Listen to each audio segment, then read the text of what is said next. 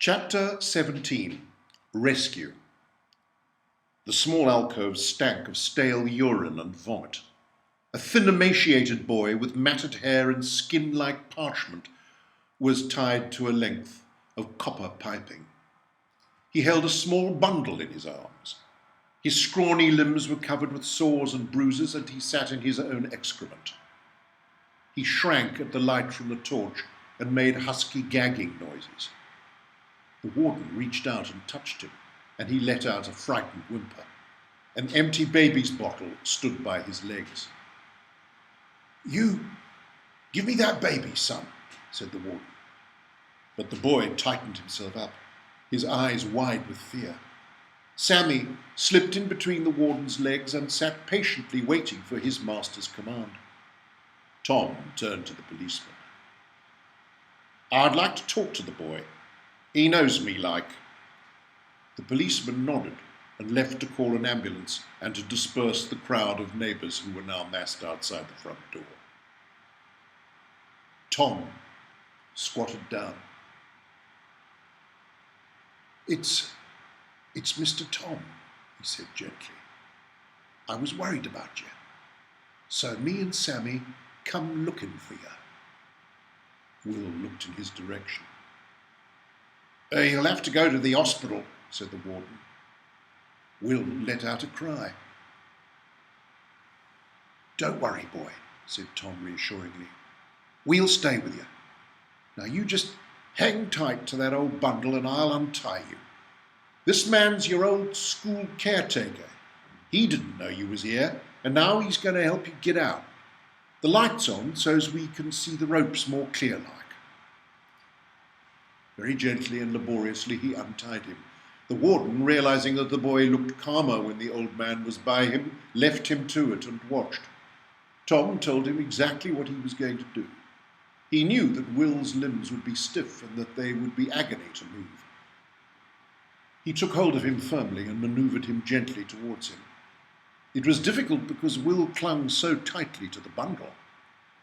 After Tom had managed to ease him out, he heard an ambulance drawing up outside and the sound of doors opening and slamming.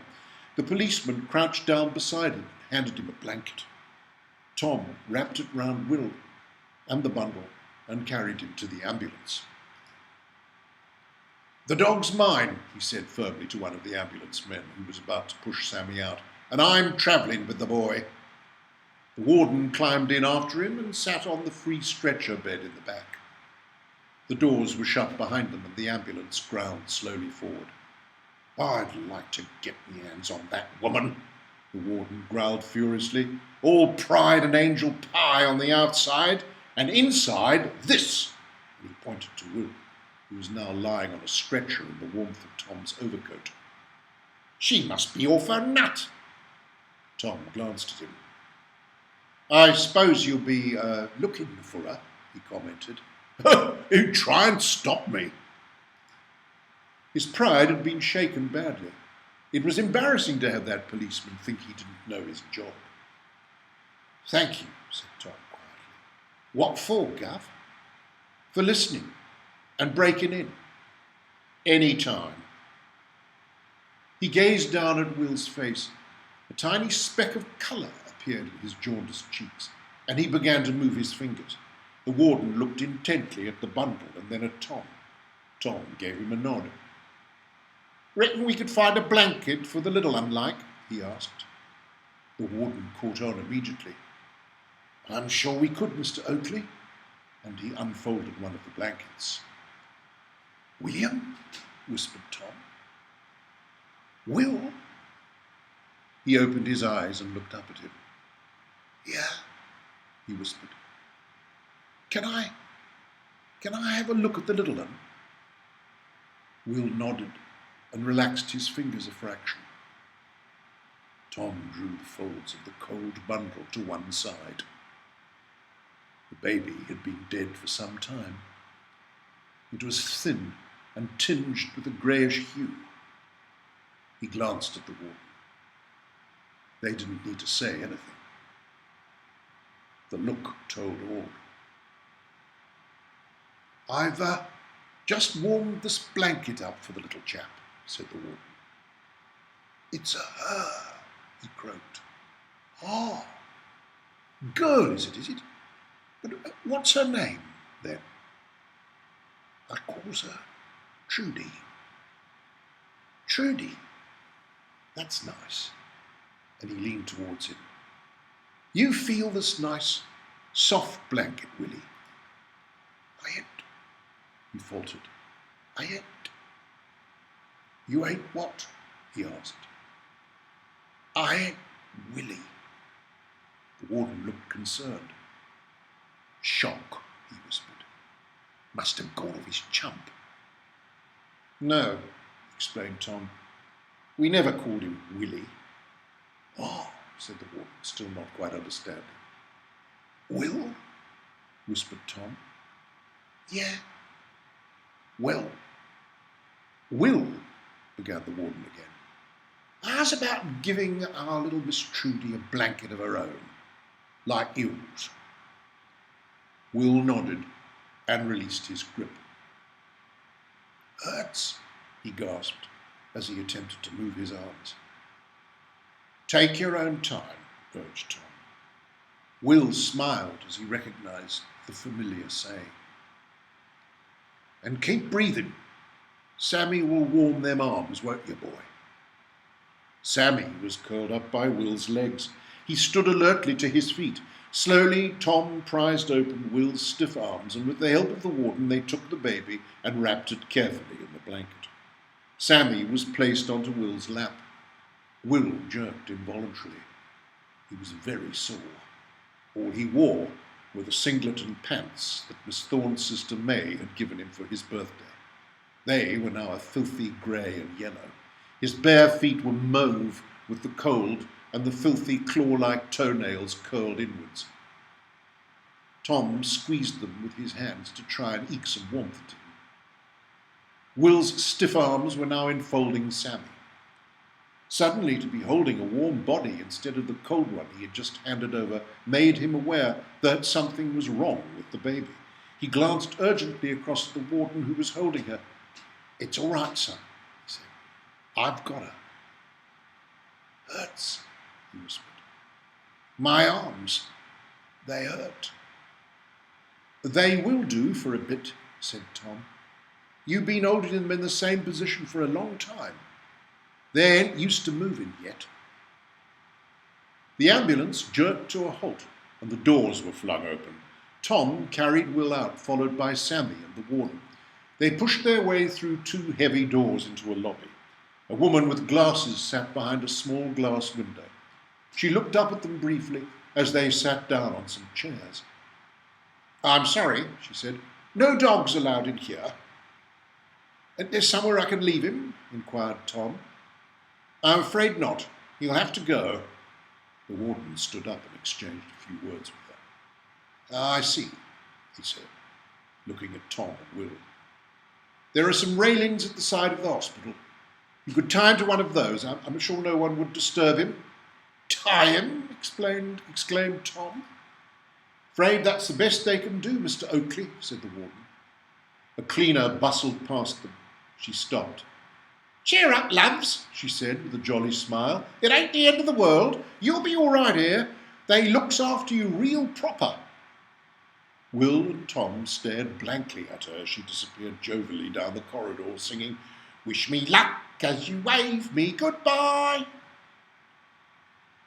A young man in a white coat came flying out of one of the doors in the corridor, followed rapidly by a nurse. They walked in their direction. The young man glanced at the bundle. Dead, he said abruptly. Dead? Whimpered Will. Dead cold, he means, don't you, sir? Said the warden, winking urgently at the doctor and indicating the boy. Oh, yes, said the young man. He was exhausted and hadn't realised that the boy and the baby were together. He knelt down by Will and drew aside the coat and blankets. The nurse, a dark-haired, fresh-faced woman who didn't look more than 19, knelt down beside him. The doctor mumbled something about lacerations and delousing. He looked up at Tom. Are you a relative? Tom shook his head. The warden spoke up for him. He knew how strict regulations were about not allowing visitors who weren't relatives. The boy stayed with him for 6 months in the country. He went back home to his mother, who said she was ill. He ain't got no dad, you see, and this gentleman heard no word, so he comes for miles to find him. Mother's left the boy. Looks like he found you in the nick of time, said the nurse, and she gave Will a warm smile. The doctor stood up. Best take him to the children's ward and clean him up. Bit late for stitches. He'd better have a tetanus jab. That an injection? Said Tom anxiously. Yes, nothing to worry about. It's in case of infection. Good clean air'll cure that, said Tom. Nurse, said the doctor, ignoring him. Take him to children's. Tom stood up with Will still in his arms. Dogs aren't allowed, said the nurse, glancing down at Sammy, who stood alertly by Tom's side. It's all right, piped up the warden. I'll look after him. I'll come with you, said Tom to the nurse. I'm afraid that's not allowed, she said. I ain't leaving the boy with a load of strangers. She gave a sigh. You can come as far as the ward, but no further. You will have me for the high jump, you will, Tom observed her briefly.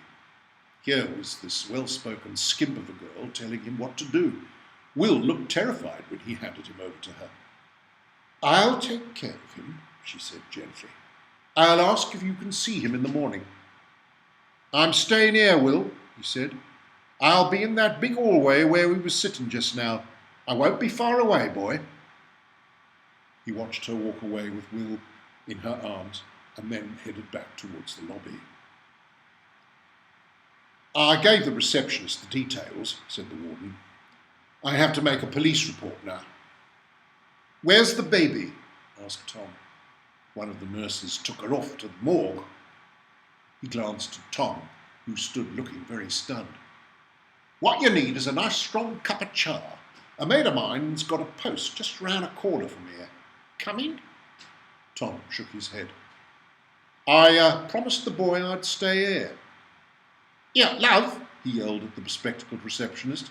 She blinked in amazement at his familiarity. We're just going around to Alf's. If there's any changes with the boy, let them know where Mr. Oakley is. He smiled at Tom. Come on, he said. It'll be all right. You only need to stay for a few minutes. They crossed the hospital courtyard and out through the large gateway. Just outside the railings on the corner was a small hut with walls made out of sandbags and a corrugated tin roof. A sign with Warden's Post written on it hung above it. Inside sat a balding, middle-aged man with a thick black greying moustache. Hello, Sid, he exclaimed when he saw the Deptford warden. What brings you here? Not a bomb casualty, that's for certain. And they chuckled. Hitler keeps threatening to devastate us, don't he, Sid? He continued. But he can't get near us, not with our boys up there to protect us, he said, waving a patriotic finger up at the roof of the tiny hut. Tom remembered David Hartridge. Was it only yesterday that the telegram had arrived? It seemed like a month had passed since then. He'd been reported missing, believed dead. Poor Annie. Come in and warm yourselves, said Alf. I'll re-stew me brew. Inside the hut was a makeshift brazier made out of a bucket with holes in it. The bucket had some kind of coke burning in it. It was stifling hot inside the hut. Tom squatted down on a tin drum while Sammy squeezed in between his legs. You ain't from round here, commented Alf. No, said Tom, no, I ain't. And so the story of Will's discovery was told yet again. What are you going to do now? Asked Sid. Take him back, remarked Tom, to Little Weirwold. Don't think you can do that. I think they'll have to find his mother first. Probably prison for her. And Will? Asked Tom. Oh, children's home, I suppose. I'm taking him back, said Tom firmly. The warden glanced at Alf. They knew better. Tom drank his tea and returned to the hospital. He tied Sammy to a railing at the side, opposite some tiny stone steps. I'll come and visit you soon, boy, he reassured assured him soothingly. It's only temporary like. It was dawn by the time he had sat down in the lobby. 3 ambulances had driven up with casualties, and he had given the ambulance men and nurses a hand. A communal shelter had collapsed on 50 men, women and children. Tom helped load and unload the stretchers. By the afternoon there was still no word of Will, and no answer to his repeated questioning. He continued to sit patiently in the lobby. At last a fair-haired nurse came up to him. "Are you Mr. Tom?" she asked. "Yes," he said, standing abruptly. "How is he? Can I see him?" "You're not a relative, are you?" "No, but I'm pretty near. The boy lived with me like. He ain't got no father and his mother's deserted him." A psychiatrist has been to see him, Mr. Tom. He's from a special children's home, and he's agreed that it's all right for you to see him." "Psychiatrist? How do you mean?" "A man who cares for sick minds." "Oh, yeah, I read about him somewhere," he grunted. "Nothing sick about his mind, though." "He's under deep psychological shock," said the nurse. "He keeps suddenly screaming out for no apparent reason. We've had to keep sedating him." "Sedating him?" "Putting him to sleep." "Why?" "To stop him from screaming." "Maybe he needs to." "That's as may be, Mr. Tom, but we have to consider the other children in the ward." Tom nodded. The sooner Will could get out into some wide open fields, the better. "When can I see him?" "Now. Follow me." They passed through the maze of corridors. Since Tom had helped with the emergency, he had begun to learn his way around. 2 nurses nodded and smiled to him. They thought he was a volunteer helper. The fair-haired nurse pushed aside the swing doors into the children's ward. Tom strode in and looked around. She pointed to a bed on his left. The first one, by the door. Accessible. Easy to get to in an emergency, although why he felt that was important he had no idea. Will was propped up by pillows. His hair had been shorn off completely, revealing an array of multicoloured cuts and bruises around his bald skull. He was well scrubbed and smelt strongly of disinfectant. Sitting in a voluminous white hospital nightshirt, he appeared quite shrunken.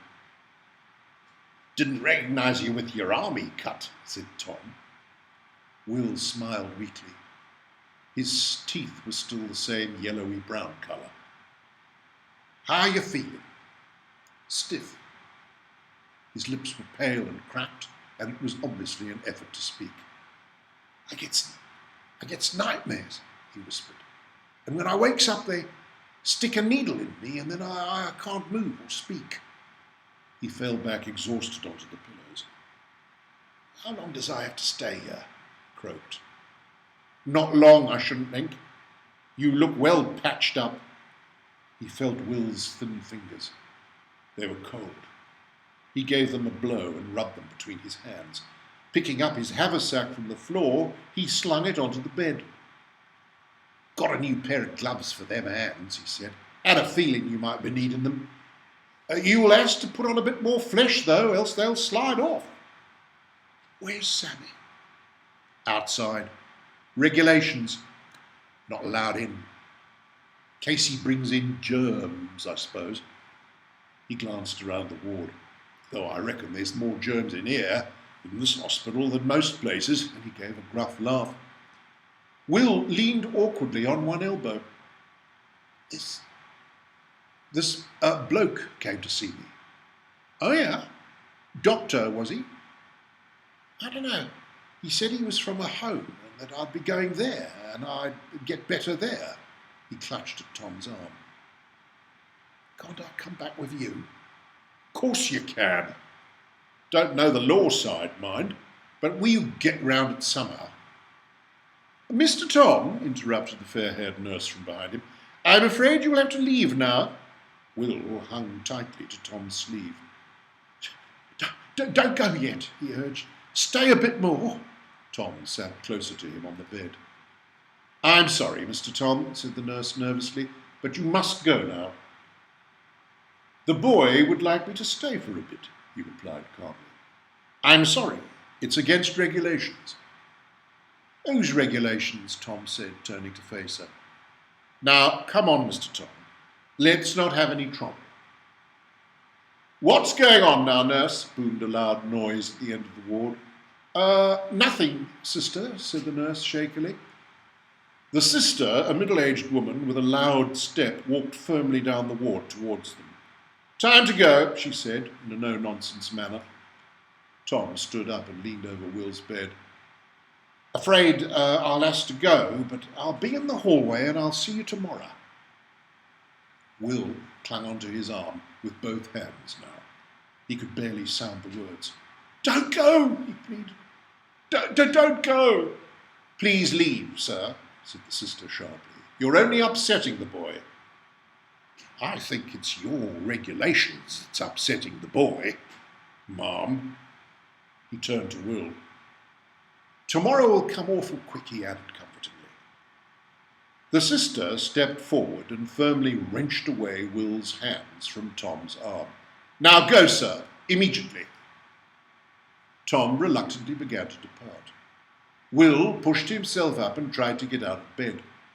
Stay where you are, there's a good boy, sing-songed the fair-haired nurse. Will began to whimper and make grunting noises. Go, shouted the sister. Nurse, sedation. Tom walked dejectedly through the swing doors and listened helplessly to Will's cries. He stood for a moment and then turned to look in through the window. The two nurses were holding Will face down. Another nurse joined them and gave him an injection in his bottom. A few seconds later, Will sank helplessly into the bed, and the nurses let go of him. Mr. Tom, is it? Said a quietly spoken voice behind him. Tom jumped and turned sharply. A man in his 30s wearing a grey suit had been standing behind him. He must have a soft step, thought Tom, who had heard no movement. The man was going bald, and the hair that remained was of a thin texture. His skin was as white and shiny as that of a cloistered nun. He gave Tom a bland smile and held out his hand. I'm Mr. Stelton, he half whispered. I expect William has told you about me. Tom nodded. The man observed Tom in a seemingly detached manner and then looked quickly away to gaze at a wall in the corridor. Neither of them spoke, and Tom had a feeling that the man had no intention of breaking the silence. He was leaving that to Tom. Tom was irritated by this, but he wanted to find out about Will. Yes, he said. He told me you want to put him in a home. Ah, said Mr. Stelton quietly. Did he? And he gave another bland smile and gazed back at much the same place. Wall interesting, is it? Inquired Tom. You see yourself as a wall, do you? He commented, still staring at it. Stop shilly-shallying and tell me about the boy. He turned and faced Tom briefly. Of course, he said. They found a few chairs in a corner and sat down. Tom couldn't help observing the quiet manner in which Mr. Stelton walked. It was a slow lope, and his toes pointed slightly inwards. He sat next to Tom with his knees together and rubbed the tops of his thighs gently up and down as he spoke. I believe in a more modern approach, Mr. Tom, he said. I don't use drugs. Oakley, corrected Tom. Mr. Tom's the boy's name for me. Ah, he said, and gave a significant nod. You don't wish me to call you by the boy's own name? About those drugs, interrupted Tom, before Mr. Stelton could gaze into space again. Well, I don't use them either. Of course not, and he gave another bland smile. Tom wondered why Mr. Stelton spoke in such a subdued tone. Was he afraid of disturbing someone? I deal with disturbed children, he went on quietly, and I work in conjunction with a home. There, children are well cared for and are given lots of attention. We? Inquired Tom.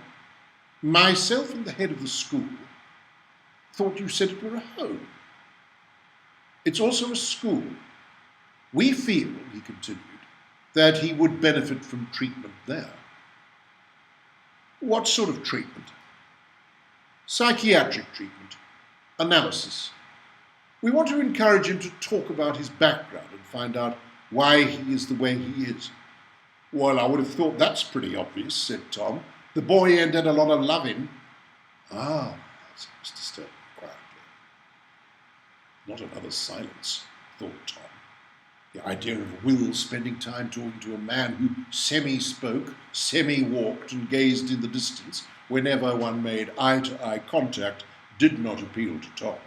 As far as he was concerned, it would be enough to drive the sanest person mad. I'd like him back with me, said Tom firmly. Ah, sighed Mr. Stilton, taking several mental notes. And you can till the cows come home. That's what I want, and that's what the boy wants. This was followed by another silence, while Mr. Stilton rubbed his thighs gently up and down. You're not a relative, he intoned softly. No, answered Tom, but... He stopped. Yes, said Mr. Stilton, looking vaguely interested for the first time. Well, I'm fond of the boy. You're fond of the boy? And he gave a nod and turned to gaze away from Tom's penetrating green eyes.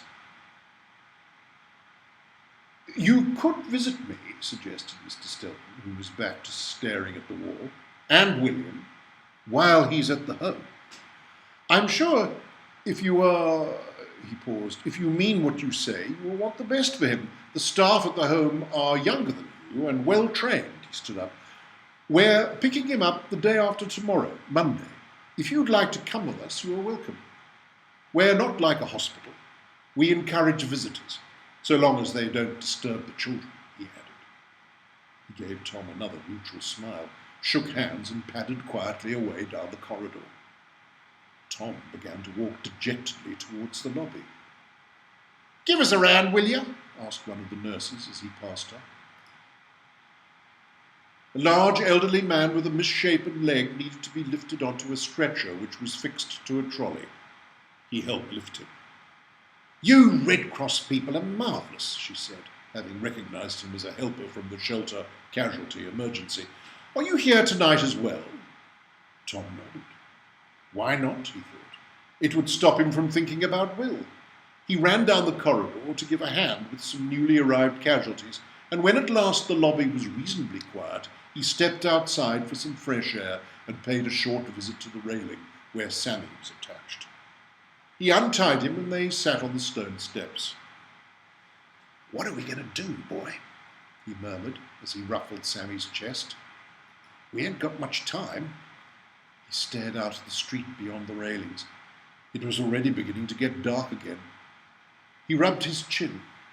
Grey stubble had started to sprout where he hadn't shaved.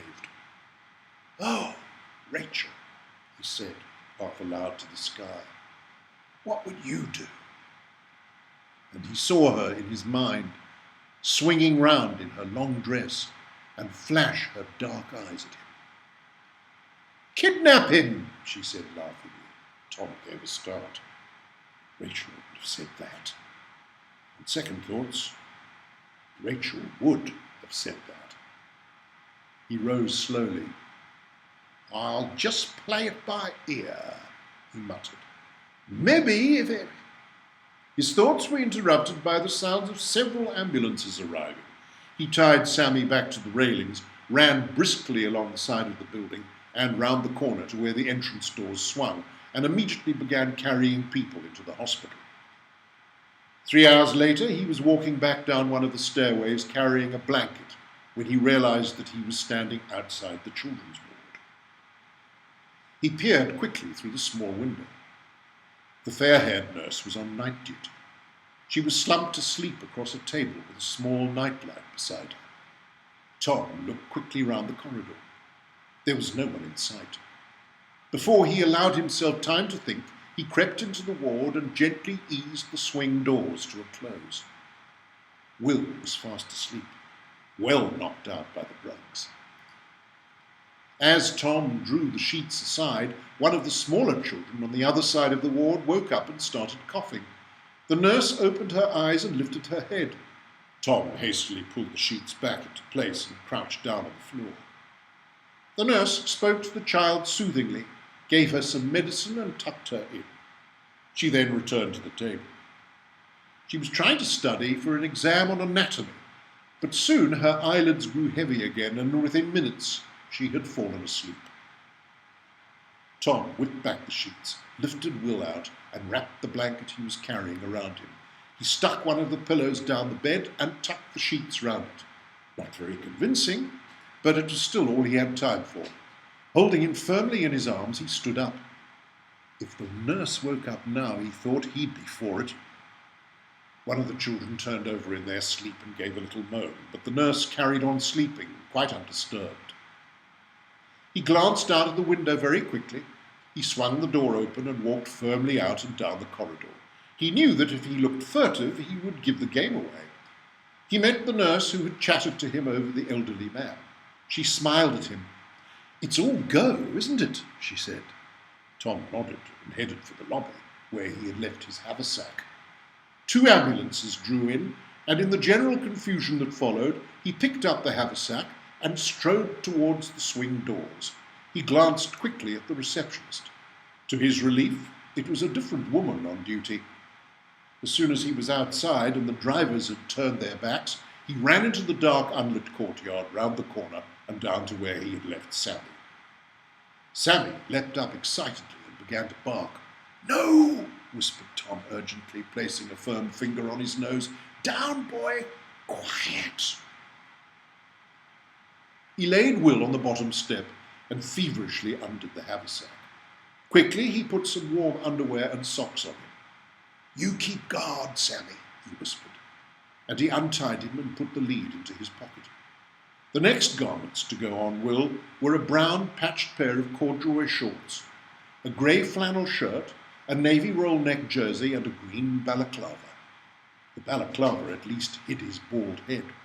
Unfortunately, he had no boots or overcoat for him. He hid the blanket in a dark corner and wrapped his own overcoat round Will. Slinging the haversack onto his back, he walked towards the open courtyard with Will in his arms, Sammy following. A firm step, he thought to himself as he strode across it. At any moment they might discover Will's absence.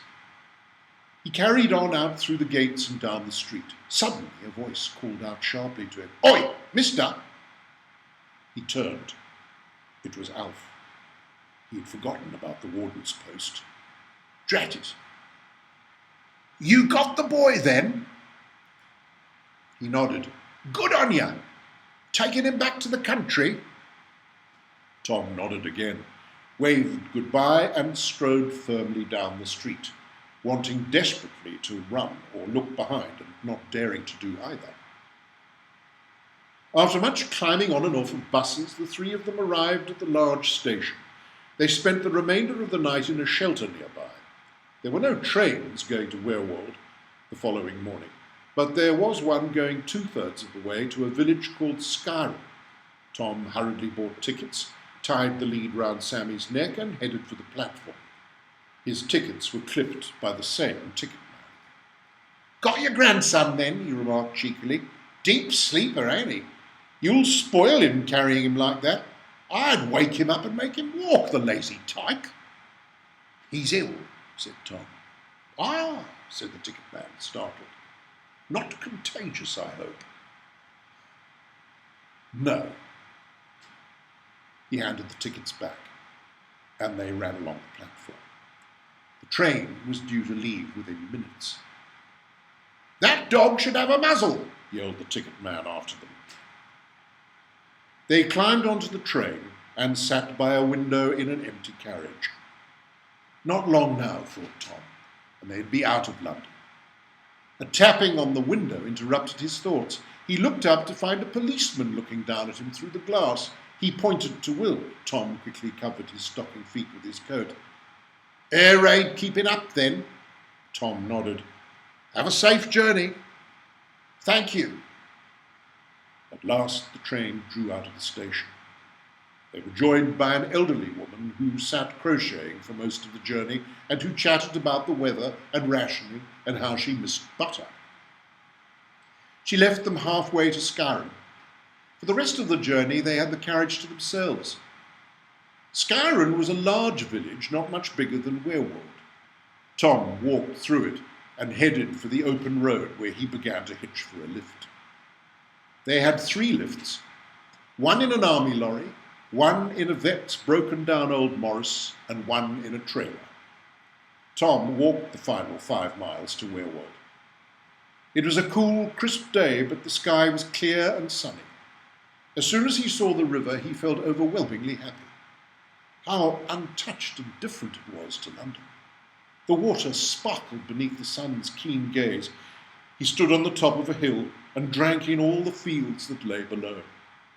He now understood Will's bewilderment at suddenly confronting so much open space after his background in Deptford.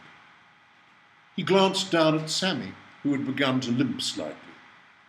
His small tongue was hanging out of his mouth like a piece of old leather. "Not long now, Sammy," he said encouragingly. By the time they reached Werewold, he was carrying both Will and Sammy in his arms. He tramped over the old cobbled streets as twilight fell, on through the square, past the closed shops and towards the blacksmith's. He knocked firmly at his door. A window opened from above. "Mr. Oakley," cried the brawny, dark-haired man, "you're back from London." Mrs. Stoker, the blacksmith's wife, appeared at his side. "Has you really been in London?" she asked in awe. He nodded. "You look fair done for." And she disappeared and reappeared at the front door. "You must be starving," she said. "I'll make you a meal." "That's very kind, Mrs. Stoker. But I want to start out for Little Werewold soon," he replied. "Put the boy by the fire," she said. Tom placed him in an armchair by the hearth. Mr. Stoker eased the armchair nearer and pushed back the overcoat to allow the warmth of the flames to reach his limbs. As he did so, he let out a gasp. Mrs. Stoker turned to look at him. "Oh, my love," she said. "He's in a bad way. Good job you went for him, Mr. Oakley." By now, the news had spread fast about his journey to London. "Well, you keeps that to yourself, mind," said Tom. The Stokers decided not to ask any more questions. What you don't know, you can't tell on, and that was that. After a rest and some tea, Mrs. Stoker lent him some blankets for Will and gave him a bag filled with sandwiches. It was dark by the time Dobbs was harnessed for the journey. Tom tucked Will up with Sammy in the cart and clambered up to his seat to take hold of the reins. "Come on, me old gal," he yelled in delight as Dobbs jogged forward. "Take us home." Will awoke to the sound of Tom singing. He opened his eyes to discover a starry sky above him. Sammy was slumped in an exhausted stupor by his feet. He pushed aside a few of the blankets and looked up to where Tom was sitting. He struggled to his knees, but his legs were too wobbly, and he sank back into the pile of blankets. "Mr. Tom," he croaked. "Mr. Tom." Tom stopped the cart and turned round. "Woken up, eh?" Will blinked his eyes until Tom came clearly into focus. "You ain't dreaming. Lie back, boy. We ain't long from home." And he tucked the blankets round him again. "But," stammered Will, "how did it get here?" Tom shook the reins and Dobbs moved forward. "I kidnapped you," he said over his shoulder. And then he suddenly realized the enormity of what he had done, and he burst into laughter. "Yeah, that's what I done, boy. I kidnapped you." Will lay back and fell asleep. He next woke to find himself being carried through the Littles' front door and into their sitting room with its large array of books and cosy armchairs. Tom put him down on the sofa by the fire, and Mrs. Little called her husband. Dr. Little leaned over Will and with the gentlest of hands pushed his balaclava back and examined him. "Well, you seem pretty well patched up, Will." Mrs. Little gave him some hot milk and toast, but he fell into another deep sleep before he had even attempted to touch it. The Littles listened to Tom's story. "I know I'd done wrong," said Tom, "but I couldn't let him be taken to our home." "Country air," put in Mrs. Little. "Familiar surroundings, people who love him. Best thing for him." Her husband looked at her over his ever-sliding spectacles. "Well, they're bound to track him down sooner or later." "Nonsense," expostulated Mrs. Little huskily. "They're too busy to go chasing evacuees. They didn't even know he'd returned to London." Dr. Little turned to face Tom. "The sores will heal. They healed before. It's the wounds inside that will take the longest to heal." "I know that," said Tom. I'll give him me support when he needs." "Me too," cried a voice behind him. They turned to find Zack standing at the doorway in his pyjamas. He ran across to the sofa and looked down at Will's inert body. "I knew you'd bring him back," he said fiercely, tears in his eyes. "You look tired, Tom," said Mrs. Little. "Sit down." Tom thanked her and sank gratefully into an armchair. Zack continued to gaze silently at Will. "Mr. Tom," said Zack earnestly, "if you need any help—" But it was useless continuing. Tom was asleep.